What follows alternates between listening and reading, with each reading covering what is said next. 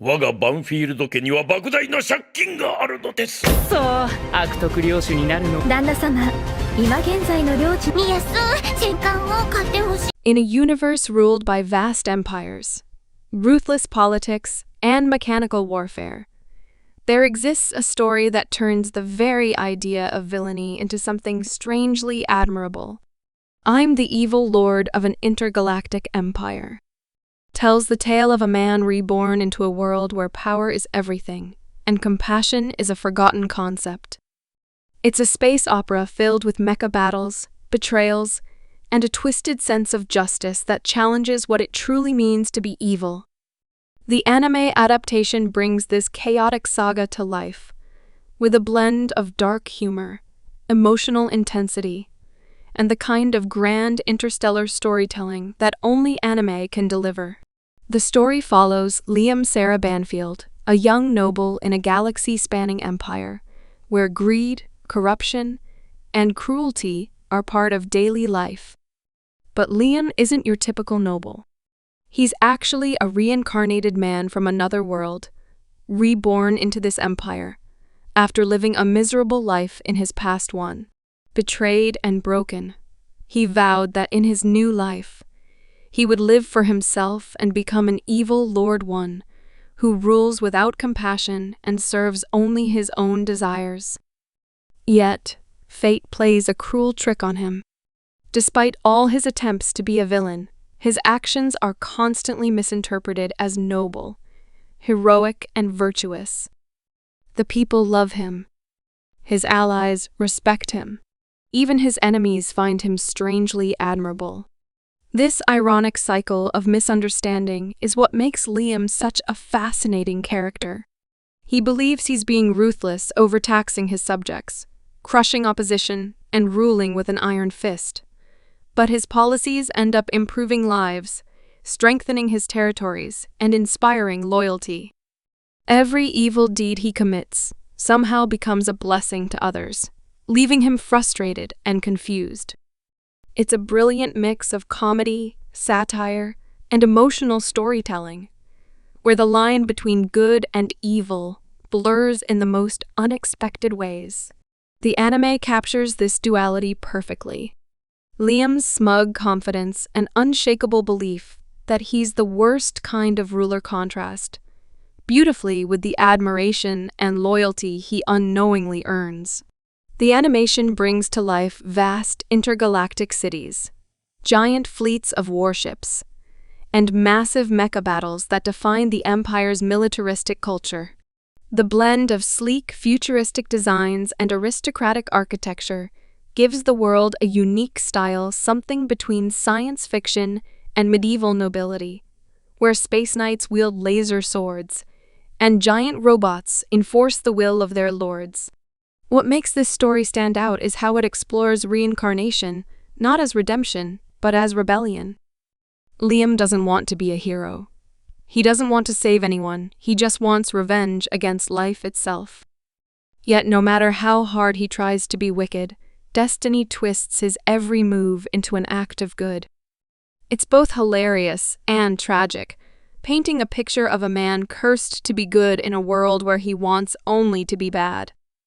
This irony gives the anime an emotional edge that goes beyond comedy.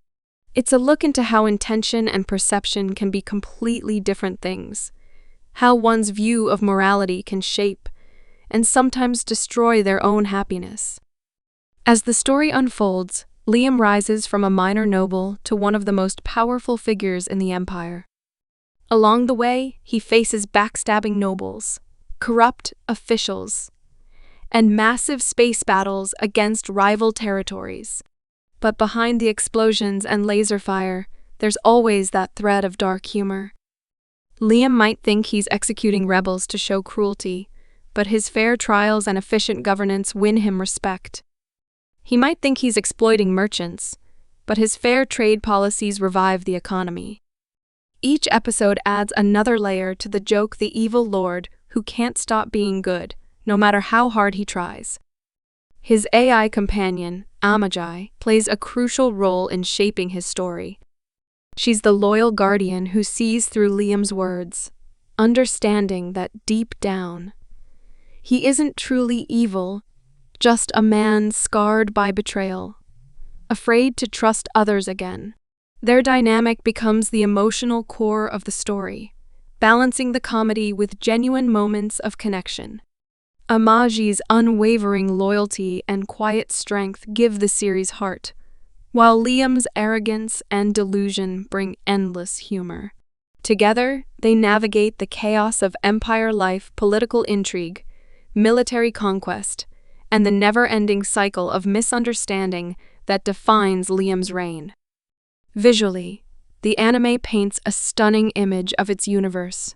The deep void of space filled with war fleets, the shining spires of noble palaces, and the mechanical clash of mechas in battle all contribute to its epic scale. The sound design amplifies this grandeur from the thundering blasts of cannons to the emotional crescendos of its soundtrack. Every frame feels like a blend of luxury and destruction, echoing the themes of the Empire itself. Despite its humor, the series also dives into deeper questions about morality and self-perception. Liam's belief that he's evil is rooted in his trauma, a reflection of how people often define themselves, based on pain rather than truth. His evil acts are really his way of shielding himself from emotional vulnerability.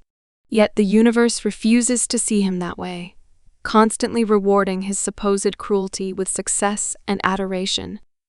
The result is a darkly funny yet profoundly human tale about identity, perception, and fate. The supporting characters around Liam add even more flavor to the story. Each one sees him differently, some as a savior, others as a monster, and a few as a complete mystery. His subordinates treat him like a near-mythical figure, his enemies fear his intelligence, and his rivals envy his success. These dynamics create a rich political tapestry full of deception, loyalty, and irony. What's particularly fascinating is how the Empire itself mirrors Liam beautiful on the surface, but deeply flawed within. It's a world where survival depends on manipulation, yet Liam's unintentional honesty makes him thrive. As the episodes progress, the stakes rise dramatically. What begins as a small tale of revenge and self-indulgence grows into a massive galactic conflict. Liam's domain expands, his power grows, and the misunderstandings only deepen. Battles become grander, alliances shift, and the line between comedy and tragedy starts to fade. The story constantly reminds us that in a universe ruled by greed and power, even an evil man can become a beacon of hope, whether he likes it or not. The anime's tone dances between lighthearted comedy and grand space opera seriousness. One moment you're laughing at Liam's oblivious arrogance, and the next, you're caught up in the emotional weight of his loneliness and determination. It's this balance that makes I'm the evil lord of an intergalactic empire so unique. It's not just about war and politics, it's about the paradox of a man who can't escape doing good, even when he wants to be bad. Every episode feels like a cosmic joke that slowly turns into a philosophical question. Can someone truly be evil if their every action brings about good? Liam never gets the answer he wants, but that's what makes his journey so compelling. He's not fighting for justice or morality. He's fighting against destiny, against the idea that the universe itself refuses to let him be who he wants to be. As the series reaches its climactic arcs, the tone grows darker. Liam's actions begin to have far-reaching consequences. The Empire starts to tremble under the weight of political tension, and new enemies emerge from the shadows. Yet, through it all, Liam remains the same proud, confident, and utterly blind to his own goodness. The final battles are both visually spectacular and emotionally charged, blending explosive action with introspective moments that reveal just how deeply his contradictions run. The charm of this anime lies not just in its world building or humor, but in its heart. It's a story about a man who wants to embrace darkness, but ends up illuminating everything around him. It's about misunderstanding turned into destiny, about a world that refuses to let evil exist without reason.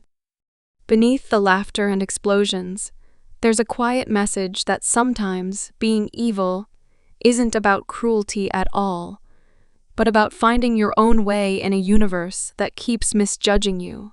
By the time the story reaches its emotional crescendo, the audience can't help but root for Liam. Not because he's good or bad, but because he's human, flawed, confused, and endlessly entertaining. His belief that he's an evil lord becomes almost tragic, a desperate attempt to control his fate in a world that twists everything he does into good.